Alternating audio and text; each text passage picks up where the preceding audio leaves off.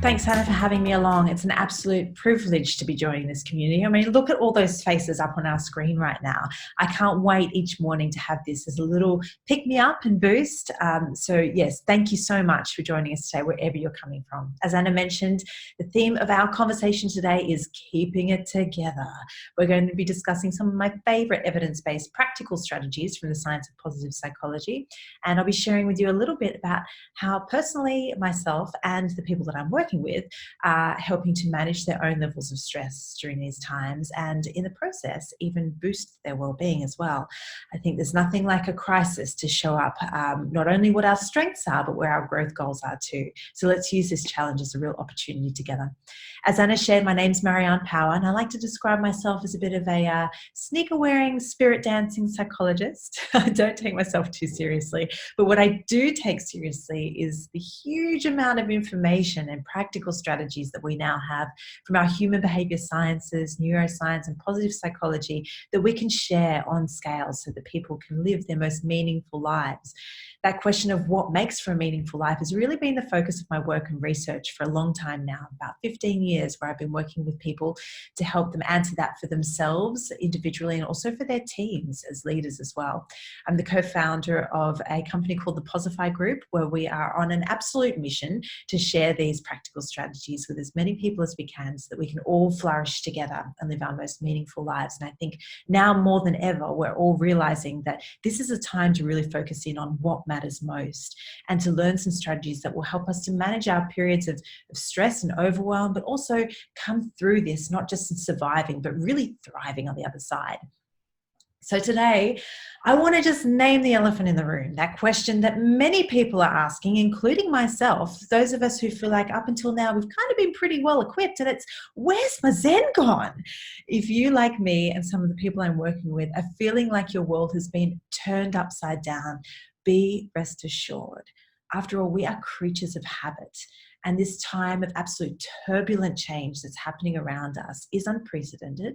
And it's to be expected that during a crisis, we will find ourselves feeling a little bit overwhelmed with emotions like fear and anxiety, stress, and that trepidation of, well, what's to come next.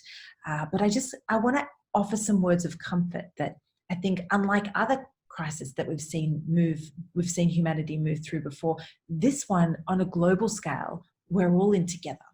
And I share that because for me and for others that I'm working with, it brings a sense of perspective and a sense of calm in knowing that together, collectively, as humankind, we're all on the same mission. We're all on the same page. We want to reduce the spread of the virus and in the process, connect and learn how to be kind to humans along the way. So I think one of my favorite leaders at the moment, Jacinda Ardern, who just did a beautiful interview with psychologists in New Zealand. You can look it up on Facebook. It was fantastic. And I'm going to steal with pride his analogy, because in psychology, we look to the outliers. We don't tend to look to the normal population to come up with these interventions and to test them, to do rigorous research. We look to the outliers. So in clinical psychology, that looks like what's going on with a clinically depressed person, or someone who's suicidal, or someone who's clinically anxious. And then, of course, in the positive psychology world, we look to our elite sports stars. We look to our leaders, the people who are really making a change, or people who are living their most meaningful, fulfilled lives. And we ask the question, well, what's different about you? And I think when it comes to this question of isolation, which a lot of us are facing right now as we move ourselves inward and start to work from home, we can look to people like astronauts and scientists who are working in places like Antarctica, who spend lots of time in isolation, and think, well, what is it that they've got that we don't have? And I think that the word mission comes to mind, the sense of purpose. Now, of course, we're not all on Mars right now, although personally myself, I'm living at home with 2 creative twins and my hubby, and I feel like I could be on another planet. But the common mission that we all have is, of course, to keep ourselves well, to slow down the spread of the virus, and to stay at home. And I'm going to add that it's also to turn collective chaos into calm. And I think as leaders that really, right now, we have a responsibility to do that. We can learn and apply skills that help us to set down our anchor, so that when our teams are feeling like they're on these waves of turbulence and really the yacht's out at sea and it's a rough storm, that we can really show that we've got this, and that even when we don't know know the direction, that we're confident within ourselves to be able to move through the muddy waters together and really create some magic. So speaking of magic, I personally believe that these are fantastic practical strategies that I really hope will also serve you as much as they've served me and the leaders that I've had the pleasure of working with. I did say I was going to share 3 from the science of positive psychology, but I was cheeky with my title of 3 good things because that's a 4th. Many of you will already know the popular, it's almost kind of become pop psychology, but there's a lot of rigorous science behind the idea of the attitude of gratitude.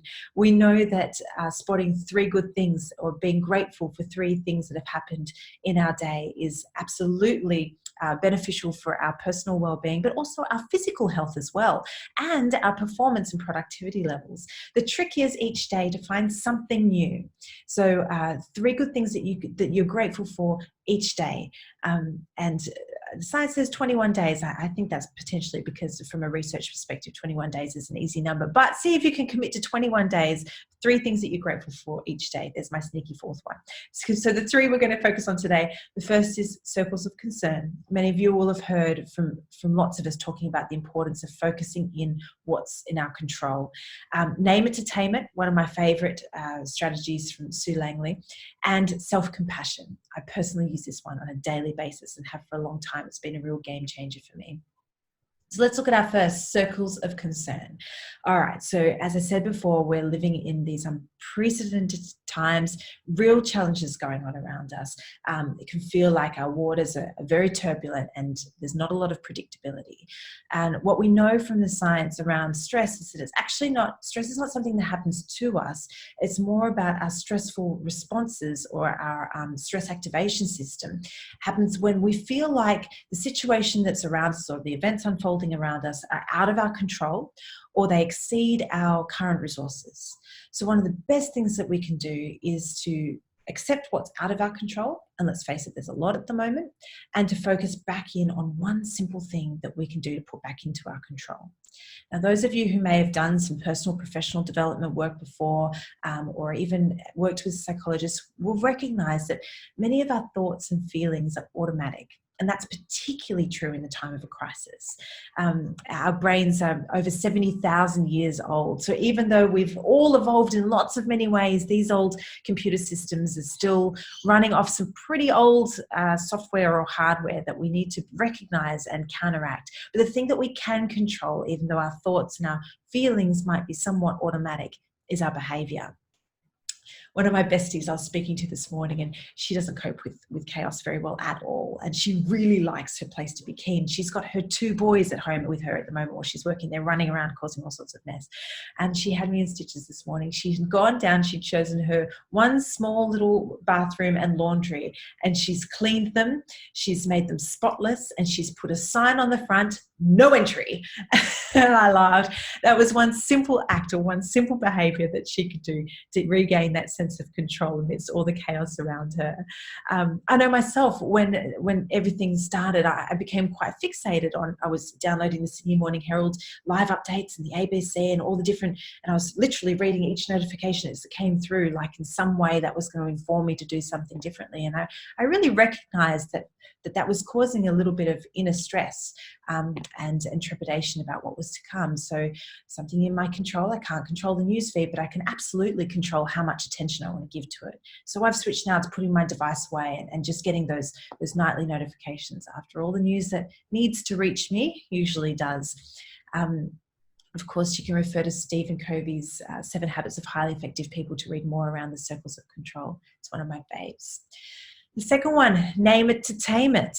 Like we said, some of those feelings and thoughts, they're automatic. And that's because our brain is really on the lookout for danger. It's there to keep us alive and to keep us safe. So one of the first things you want to do when you notice the physical sensations of stress coming up, might be you've got a little bit of a fuzzy mind going, or a bit of a headache, or perhaps your heart's racing, or your breath is getting a bit higher and your shoulders are raising, is just stop and name the emotion that's going on for you. For example, I might jump on a Zoom call and the computer crashes and the technology drops out. I might have the automatic thought of, oh, I'm such an idiot, I should have tested this beforehand.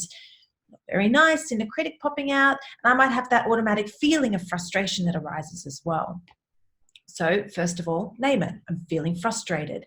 And secondly, what we want to do, so in psychology, we talk about this idea of cognitive fusion. So taking a thought and really fusing it to the person. What we want to do is de-identify the thought and recognize that it is just that. It's a thought. It's an automatic thought that pops across my mind for all sorts of different reasons. And I can choose to accept and play with it, or I can choose to let it be and go along. This is really out of, I guess, all that we know from mindfulness as well, is having some acceptance and non-judgment in the present moment.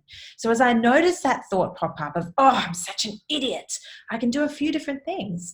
I can have the thought that I'm having the thought, I'm such an idiot. So I'm automatically depersonalizing that or diffusing that thought. I can sing a song to the thought and bring a bit of fun and play to the situation. And I'm sure you'd be good at that one. We can have a little bit of a boogie afterwards. And of course, you can name the story that goes with the thought. So when you notice, I'm such an idiot. There's that perfectionistic story again, or there's that I've got to get it right story. It's all a little bit about decentralizing or diffusing that thought, de-identifying with it, and really coming into a more helpful relationship with the thoughts that pop up. And my third and possibly favorite intervention that I want to share with you today is from Kristin Neff. Kristin Neff has worked to bring some of our Eastern philosophies into Western psychology, and she has this beautiful self-compassion break, a 3-part component that if you are noticing that inner critic popping up, or in those times of suffering where you feel like everything is out of your control, for me, this is a fantastic one to turn to. So the first one is recognizing being mindful in the moment, recognizing the suffering, the pain that is around you, and acknowledging that, saying out loud, this is a moment of suffering or challenge or pain or frustration or whatever it is that you're going through. The second one is to point to common humanity, that suffering is a normal part of the human condition. Like we spoke to before, we are all going through this right now. So depersonalizing it, this is part of the bigger picture. And then the third one, of course, bringing self-kindness to the picture. So in this moment, I'm going to be kind to myself. And for different people, that will look different. And for different situations, it will be different as well. It may be making yourself a cup of tea. It may be taking a few big, deep breaths.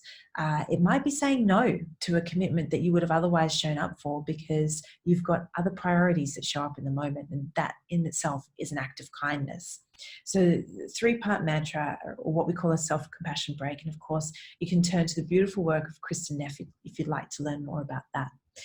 I want to leave you with a final thought that together we achieve more. And I think that Anna is building an absolutely incredible tribe and community of kind-hearted humans who I am confident together will move through this at a collective level, come out the other end, even more compassionate towards others and themselves for a better world. So if you'd like to learn any more about some of the strategies I've shared today, please feel free to drop me an email.